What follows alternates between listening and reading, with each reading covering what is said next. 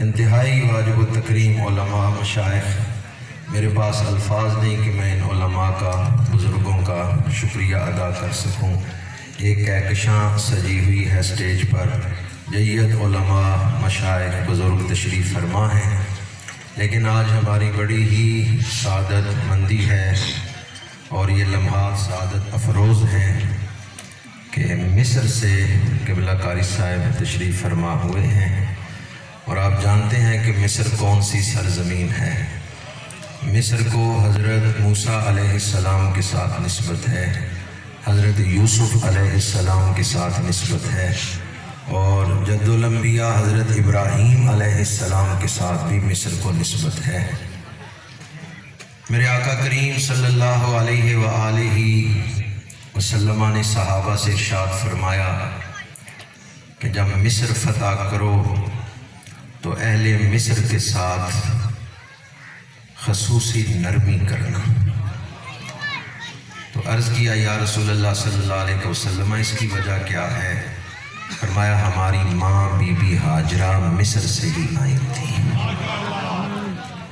ہمارے آقا کریم صلی اللہ علیہ وآلہ وسلم کا شجرہ حضرت اسماعیل تک پہنچتا ہے، اور حضرت اسماعیل کی والدہ جو ہیں بی بی ہاجرہ، ان کا تعلق کس سرزمین سے؟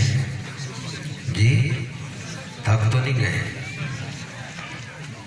آج دو عرس ہیں، ایک تو حضور بابا جی صاحب کا عرس ہے اور ایک ہم سب حنفی ہیں۔ امام اعظم ابو حنیفہ سبحان اللہ نعمان بن ثابت، ان کا بھی عرس ہے 2 شعبان کے حوالے سے۔ امام اعظم ابو حنیفہ رحمۃ اللہ، تو میں اس لیے عرض کر رہا ہوں کہ جب 2 عرس ہوں پھر تھوڑا سا وقت زیادہ ہو جائے تو کوئی پریشانی والی بات ہے۔ ویسے جمعہ کتنے بجے پڑھتے ہیں؟ اکثر جگہوں پہ 2:30 بجے ہوتا ہے، تو ابھی تو کافی ٹائم ہے اس وقت میں۔ تو میں قبلہ قاری صاحب کو دعوت دے رہا ہوں، یہ بات پیش نظر رہے کہ آپ مصر سے تشریف لائے ہیں۔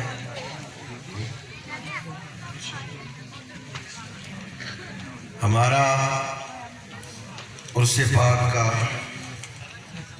پاک کی یہ محفل جشن درود پاک کے حوالے سے منعقد ہوتی ہے۔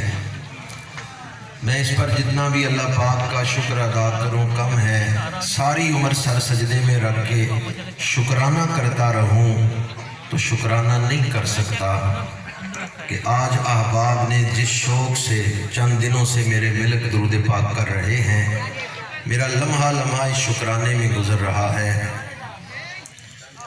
آستانہ عالیہ امینیہ فیصل آباد سے قرۃ عیون صلحہ حضرت صاحبزادہ ڈاکٹر نعمان صاحب، محدث فیصل آبادی، مفکر اسلام حضرت علامہ کریم سلطانی صاحب دامت برکاتہم العالیہ کی طرف سے 30 ارب دفعہ درود شریف کا تحفہ لے گا۔ سبحان اللہ سبحان اللہ سبحان اللہ۔ اور کوئٹہ سے ہمارے ساتھی جاوید صاحب، کدھر ہیں جاوید صاحب جی؟ مہر ندیم صاحب، جاوید صاحب ماشاءاللہ، کوئٹہ سے یہ ساتھی تشریف لائے ہیں۔ 20 ارب دفعہ انہوں نے اپنے احباب سے درود شریف پڑھایا ہے۔ سبحان اللہ سبحان اللہ۔ 20 ارب دفعہ درود شریف کا تحفہ۔ پچھلے سال بھی سب سے زیادہ درود شریف بلوچستان سے احباب لائے تھے۔ دوسرے ساتھیوں کا نام کیا ہے؟ حافظ ثقلین صاحب اور جاوید صاحب، ان احباب نے اپنا ایک پورا سلسلہ درود پاک کے حوالے سے وہاں ایک نیٹ ورک قائم کیا ہے۔ تو 20 ارب دفعہ درود شریف یہ ایک سال میں پڑھا۔ سبحان اللہ سبحان اللہ۔ اور حضرت صاحبزادہ ڈاکٹر نعمان سلطانی صاحب، آپ 30 ارب دفعہ درود شریف کا تحفہ لے کے آئے ہیں۔ تقریباً کتنا ہو گیا جی؟ 50 ارب۔ فتح پور سے ہمارے ساتھی جناب عمران نقشبندی صاحب 2 کروڑ دفعہ درود شریف لے کے آئے ہیں۔